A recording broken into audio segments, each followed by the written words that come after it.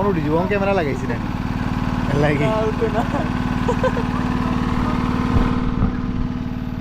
বন্ধ করো বা পানি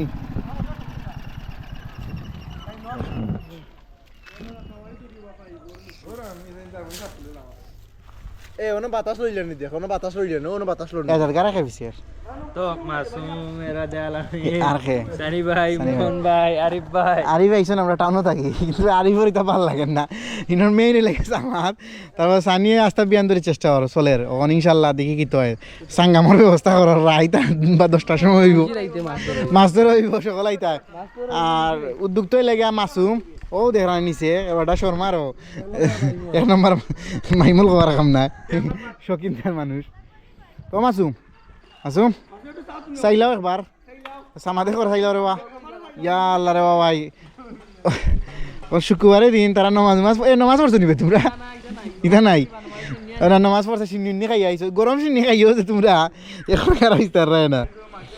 তো ভিউয়ার্স আপনারা দেখতে থাকো ইনশাল্লাহ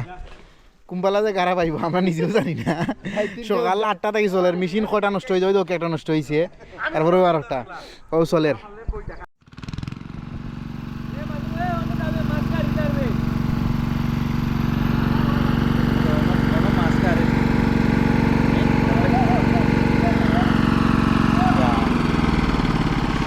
ও বেরিয়েছে আমারও বন্ধ হয়ে গেছে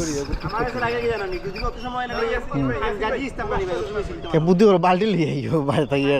ফিসলে হইল না আরিফ বেশি সেট হয়ে গেছে সব 8টার সময় বাল্টি গায়ে লাগতে